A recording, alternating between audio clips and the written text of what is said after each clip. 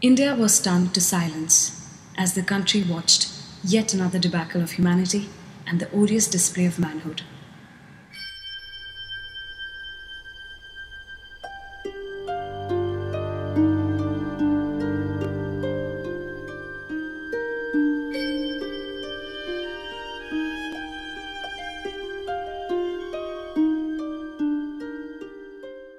So the incident happened on 16th of December, and within hours, media took this news and it put it on the headlines at every single television set in India. Where every family that was sitting around the dinner table watching news, everyone knew what had happened in Delhi within hours of it happening. So that's what media did. That was a step one that media did. It took out the information and it put it out there immediately. A girl was heinously raped in the capital by 5 men. A fortnight later, she took her last breath, and with her took away all that was left to rekindle the hope, to abolish a reprehensible act that has casted upon shadows of uncertainty over a nation over decades.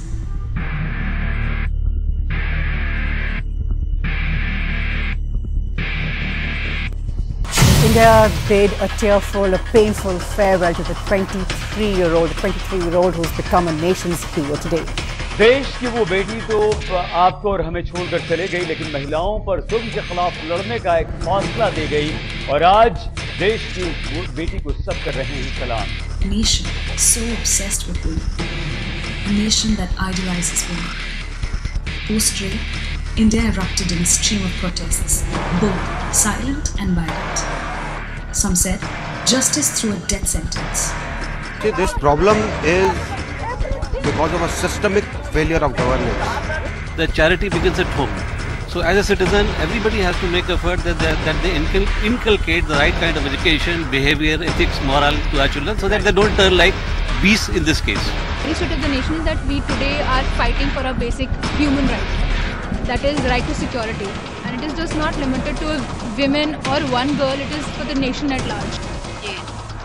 तो मैं थोड़ा change तो करना ही पड़ेगा. देखिए, judiciary में, पाठ्यक्रम में, इन सब चीजों में बदलाव तो अब लाना पड़ेगा. देश बदलाव चाहता है. Right, I mean there should be a capital punishment. They should not only be hanged, they should be tortured every minute so that they realize the pain.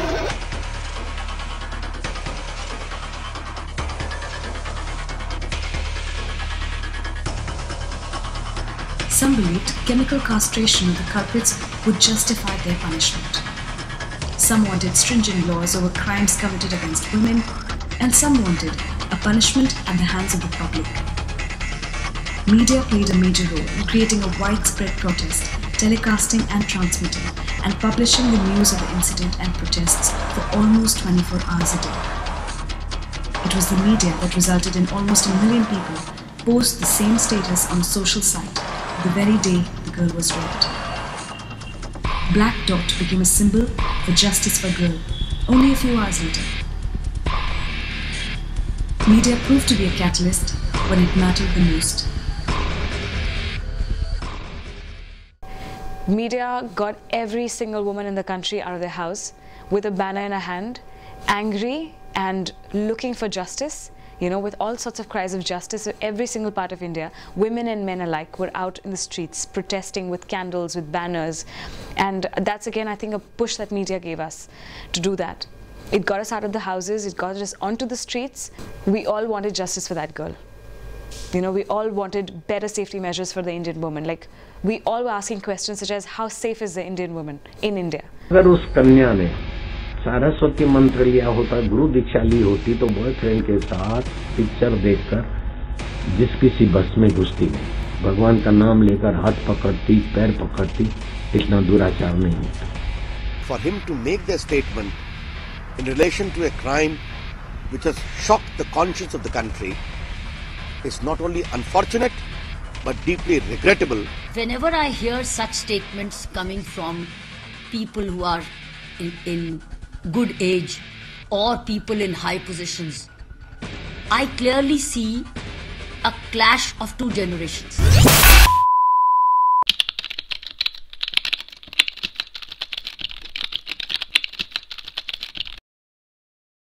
Practically 100% that we are getting affected by the media, because the public needs to learn to read between the lines. the media practically is owned by these political parties and they are manipulative. So it's very difficult to actually gauge who's right and who's wrong, but I guess the trick is to read between the lines, that's it.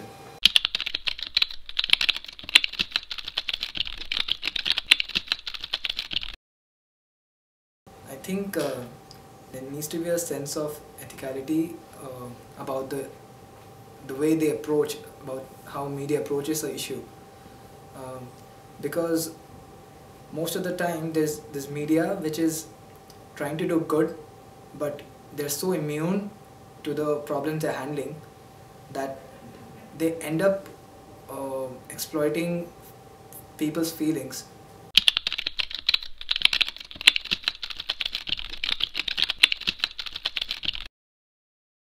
Not all, but yes, they are doing it. Talking about all, there are certain English news, Hindi and other regional language news. Some news channels, they take one particular point and start stretching on it. So they never show both side views. So I think they probably doing it for, like, you know, their TRPs and everything. So.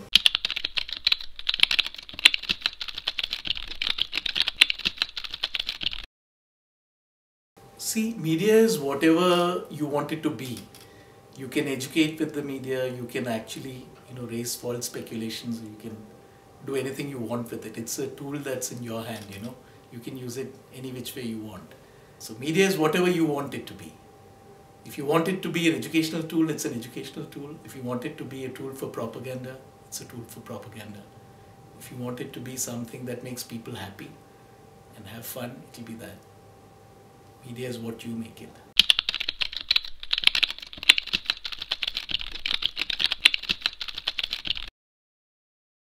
Some political fights between two parties. Media could be rigged to one party, and that party could be supplying some information or something against that party, which might not be true. So, in that sense, I think it's 50-50 what media is doing. So it is its responsibility to show us what's going on, but at the same time, we are not quite sure if it's doing that, if it's playing its role properly. India's daughter. She was raped so violently with an iron rod, her intestines were destroyed. But is this what is expected of the organization that claims and boasts of its social responsibility? The truth is utterly disturbing. Not one dared to telecast the need for a better society through education where values such as love, respect, honesty and respect for women should be gradually yet firmly established into the minds. Not one dared to speak and preach about the repercussions of the punishment at the hands of the public and the society it would create that would fear itself in years to come. Where better, peaceful and viable solutions should have been repeatedly shown, they were too busy showing politicians blaming government for being inefficient. But what happened next, I don't think anybody realized. We just turned into this angry riot, a mob, a couple of rebels without a cause, because we were out on the streets, but our cause was lost. Very soon enough, media shift the focus to all the politicians playing the blame game, and that's what started making the headlines. So yes, media did bring us out of our homes, but it left us on the streets in the form of a riot or an unruly mob. And that's where I think media played us. Yellow journalism is surely ringing some bells. In today's world, media has the reach to every household in the country. Media should envision a better society through sensible, true and necessary telecast. A society where truth alone is